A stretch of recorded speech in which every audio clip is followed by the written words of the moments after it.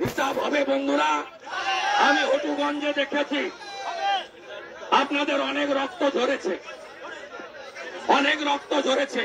আমি আমার উপরে আক্রমণ করুক, মরতে একবার হবে, বাংলার জন্য মরতে রাজি আছি। আপনাদের রক্ত পড়ুক আমি চাই না, আপনাদের কারো রক্ত পড়ুক আমি চাই না, চাই না। এ পুলিশ আপনাকে নিরাপত্তা দেবে না, যে এলওপিকে দিতে পারে না, 50 জন এমএলএ কে দিতে পারে না, সিআরপিএফ সিআইএসএফ দর্শকের মতো দাঁড়িয়ে তাদেরকে কাজ করতে দেয় না।